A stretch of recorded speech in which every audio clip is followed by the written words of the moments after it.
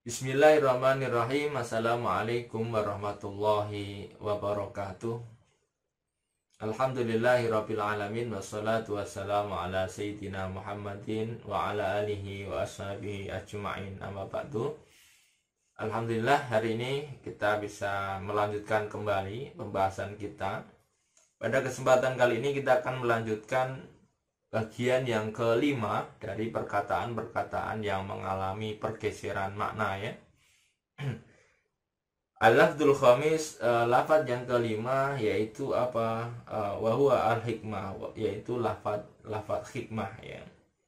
Fa inna ismul hakim sara yutlaqu ala tabib, ya. Akhir-akhir ini, ya, mungkin sudah sejak zaman Imam Al-Ghazali mengarang Ihya itu juga fenomena sudah ada, ya, ahli hikmah, ya. Akhir-akhir ini kasarannya begitu. Istilah hakim, istilah ahli hikmah itu menjadi digunakan yutlaku alat tabib, untuk tabib, ya, untuk tabib itu, ya, kalau dulu mungkin bukan dokter, ya, tabib itu masih, ya, biasanya juru suwuk, kalau bahasa ini apa, ya, suwuk, ya, kalau Anda sakit dibawa ke tabib di Jambi kasarannya begitu, ya.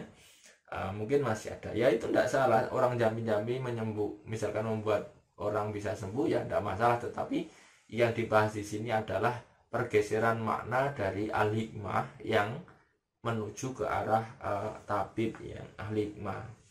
Kemudian juga wasair, dan orang-orang ahli syair, wal munajim, dan orang-orang yang ahli perbintangan, ya, ahli perbintangan, ya. Mungkin ada, itu orang ahli hikmah bisa menerawang ke sana kemari, ya, itu sebenarnya Anda cari sekarang, ya berseliweran itu di media sosial, ya. Nanti begini. Nah, itulah kadang-kadang ada yang mengatakan ini ahli hikmah, gitu, ya, bahasa halusnya dari yang lain.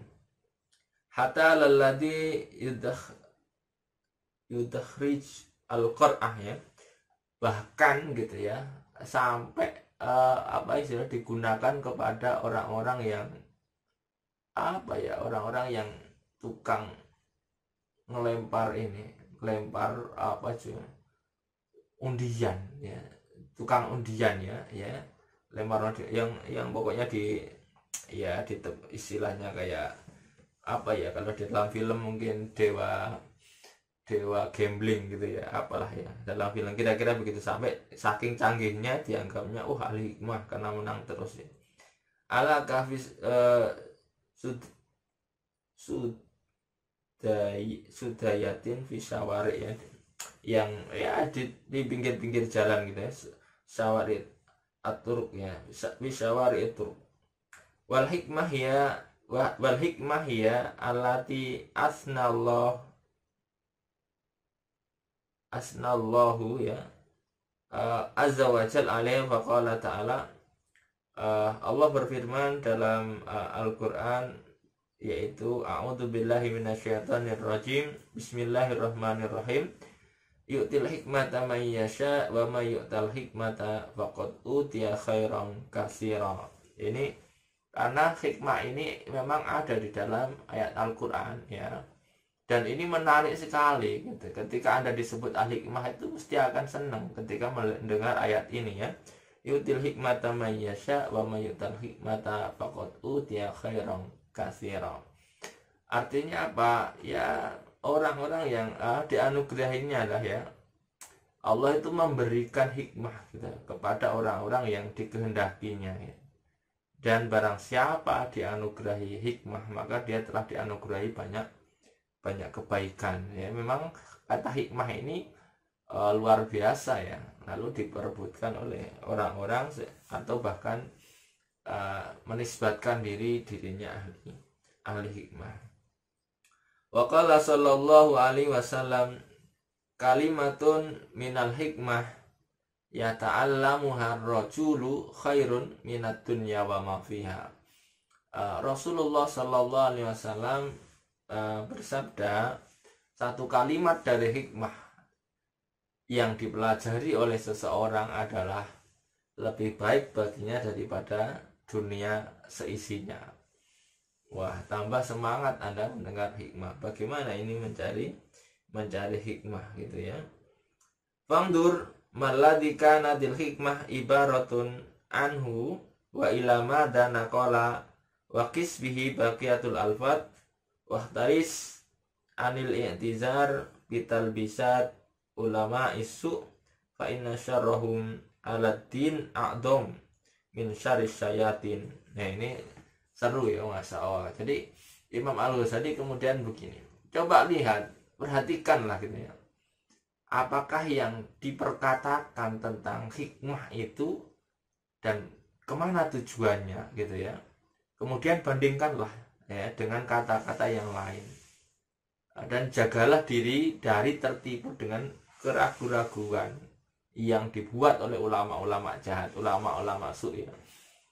Karena kejahatan mereka itu menurut Imam Al-Ghazali, kejahatan mereka itu kepada agama lebih jahat dibanding setan.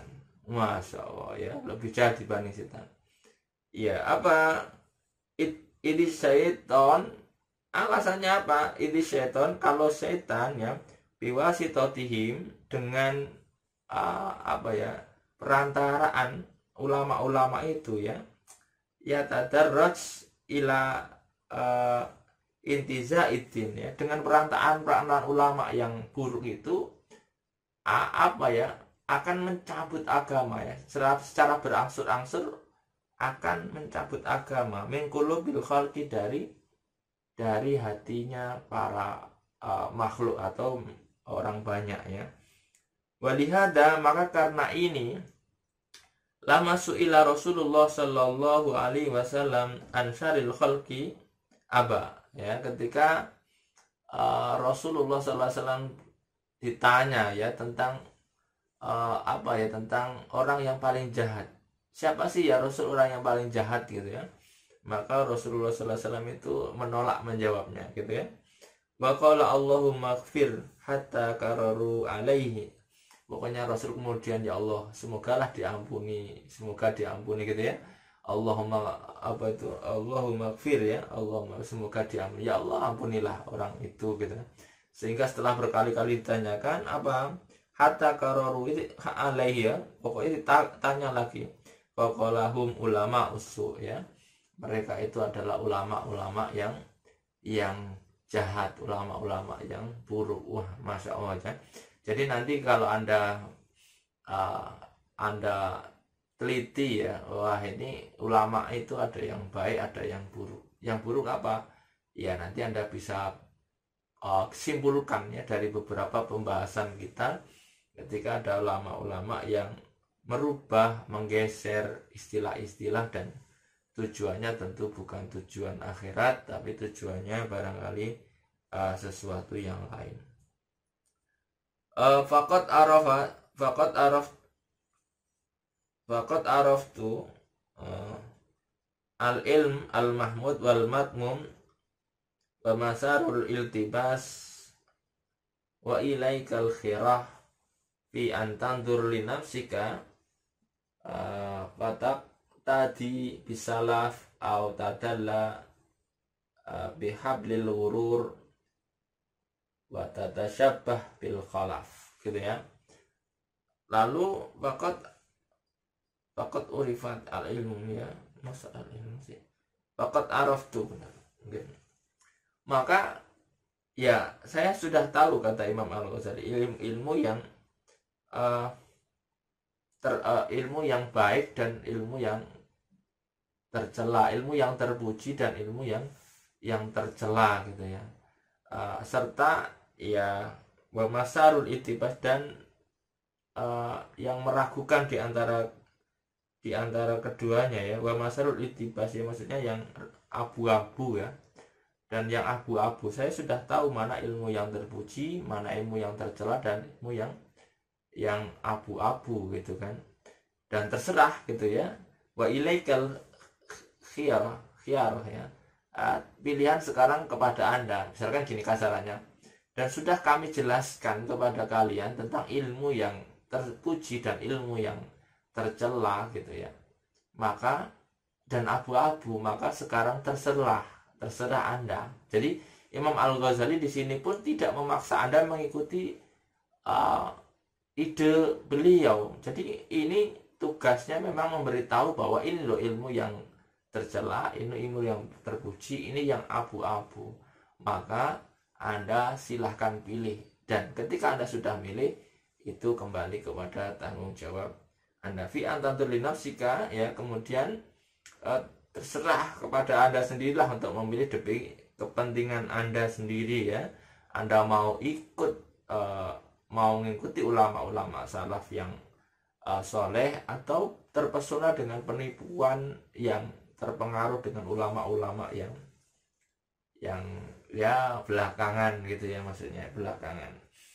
Fakulu martadahu salaf minal ulum qadin darasa wa ma'aka banas alaihi fa aksaru mubtadi wa mukhtis faqad sahha qaulu Rasulullah sallallahu alaihi wasallam badal islamu ghariban wa sayaudu ghariban kama bada'a fatubal ghuraba.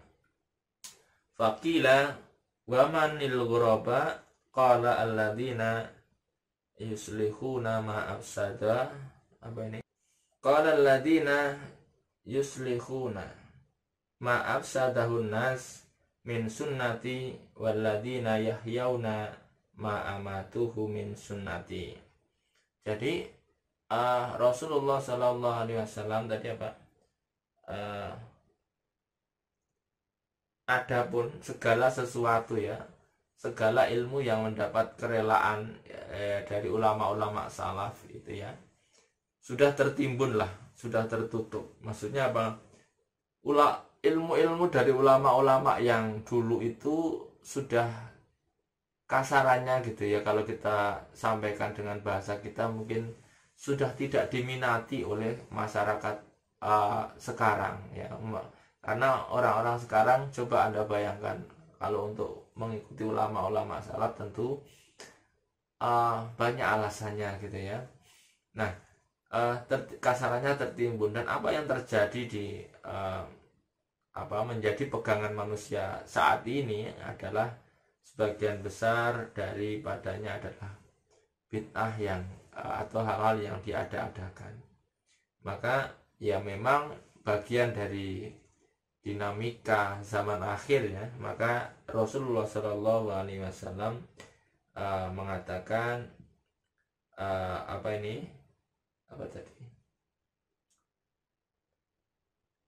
Bada al-Islamu ghariban wa sayaudu ghariban, ya. Islam dimulai dari hal yang asing, ya, dan akan kembali asing seperti semula, ya. Fatuba lil ghuraba, maka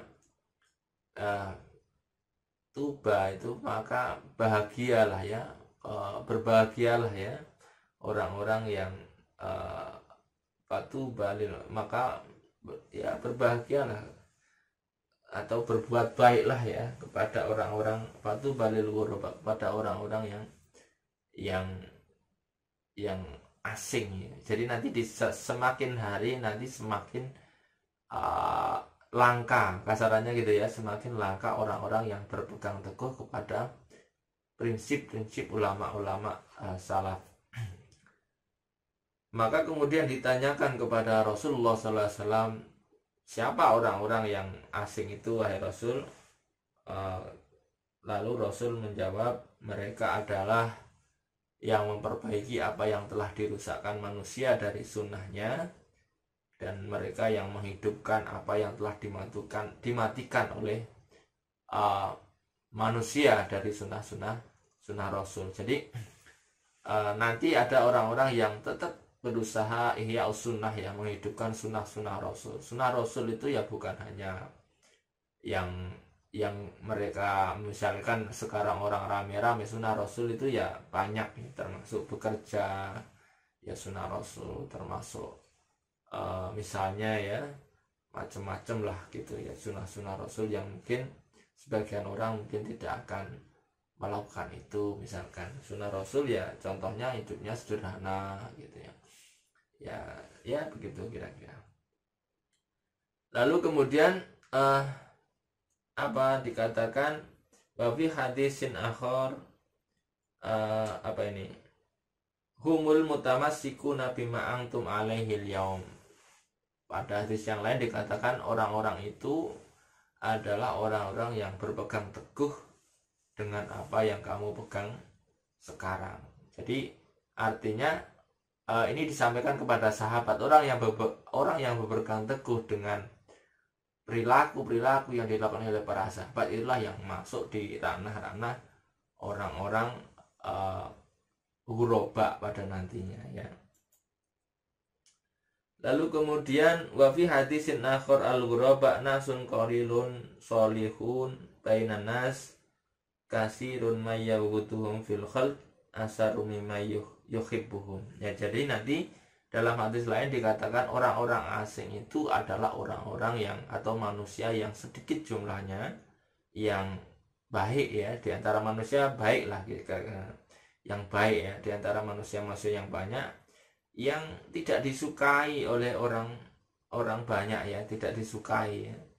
Jadi yang apa istilahnya, yang membenci itu lebih banyak daripada yang menyukai. Nanti pada zamannya akan terjadi yang baik itu dibenci, yang buruk itu dipuja. Kalau mungkin Anda pernah mendengar apa ya, yang mungkin catatan atau serat apa ya, seratnya misalnya orang dahulu dikatakan zaman akhir itu nanti yang celah dipuja, yang baik dibenci gitu ya, dan sebagainya. Itu nanti memang ini sudah, kalau kita gambarkan, memang apa yang disampaikan orang-orang tua di Nusantara itu memang hampir persis ya, saripati dari hadis Rasul, bahwa memang pada akhir zaman nanti yang baik itu dibenci ya, yang baik itu dibenci, yang benar itu dibenci, tetapi yang tidak baik, yang tidak benar itu malah dipuja. Ya wallahu alam, Anda mungkin bisa menggambarkan sendiri apakah pada zaman ini sudah terjadi atau mulai terjadi atau ada yang terjadi, ya silahkan dilihat sendiri. Waqad sorot dan telah jadi ya tilkal ulum, ilmu-ilmu itu gharibah bi khaisu yang kutu dzakiroha ya, karena nanti ilmu-ilmu itu akan menjadi ilmu yang asing gitu, menjadi ilmu yang asing, orang yang mengingatnya dimaki. Jadi nanti itu lucu ya, orang belajar ilmu yang ulama-ulama salaf itu malah dianggapnya ilmu apa itu ya, wallahu alam. Termasuk apakah yang kita baca ini juga barangkali ada orang-orang yang ilmu apa itu kan gitu ya, kasarannya mungkin ilmu yang bagi sebagian orang mungkin nggak ada manfaatnya gitu, karena nggak menghasilkan kenikmatan atau harta dan sebagainya ya. Walidzalika qala As-Sauri, maka dari itu As-Sauri berkata, idza ra'aital alim kasirul asdiqa fa'lam annahu mukhalid ya, li annahu in nataqa bil haq abu khadahu. Maka As-Sauri berkata, apabila engkau melihat orang alim ya, itu kok banyak temannya gitu ya, maka ketahuilah bahwa ia itu telah menyampur aduk. Masya Allah ya, karena jika kebenaran yang dikemukakannya maka dia akan dibully ya. Maka ya Allah, ini Anda bisa buktikan ya, nanti di akhir zaman itu kalau melihat ke orang alim banyak jamaahnya gitu ya, kalau ada orang alim banyak jamaahnya, maka ketahuilah orang alim itu sudah mengalami percampuran, sudah mencampur aduk. Karena apa? Dia kalau mengatakan yang benar maka akan dibenci, maka dia mengatakannya ya tidak terlalu benar ya. Jadi ulama-ulama politis di akhir zaman lah nanti. Jadi maka ya itulah resikonya menjadi ulama akhir zaman. Anda terlalu benar itu dimaki-maki gitu kan, maka mungkin ya cari amannya jadi ulama yang ya kompromis lah, ya mungkin kompromis. Nah, semoga Allah mengampuni kita semua dan ulama-ulama itu yang barangkali memang kondisinya memang seperti itu, jadi tidak bisa tidak, ya semoga sih kalau kita bisa menjadi orang-orang yang kuat dibully dari orang-orang lain karena kita mengatakan kebenaran, yaitu memang orang-orang yang gerobak, orang-orang yang langka di dunia ini. Demikian, semoga Anda semangat, jangan takut mengatakan sesuatu yang benar sesuai dengan ajaran Allah dan Rasulnya yang sebagaimana dititahkan dahulu. Ikutilah yang benar dan katakanlah yang benar itu benar, dan usahakan tidak menyampur aduk antara sesuatu yang benar dengan yang batil demi untuk menyenangkan jamaahnya, demi untuk menyenangkan followernya dan sebagainya. Maka bisa jadi apa yang Anda terima dari apa yang saya sampaikan ini ada yang gak suka, yaitu memang bagian dari usaha itu. Kalau semuanya suka, ya nanti berarti itu hal-hal yang kurang pas. Saya kira demikian, kurang lebihnya mohon maaf. Wa'alafu minkum wallahul muwaffiq ila aqwamit thoriq. Wassalamualaikum warahmatullahi wabarakatuh.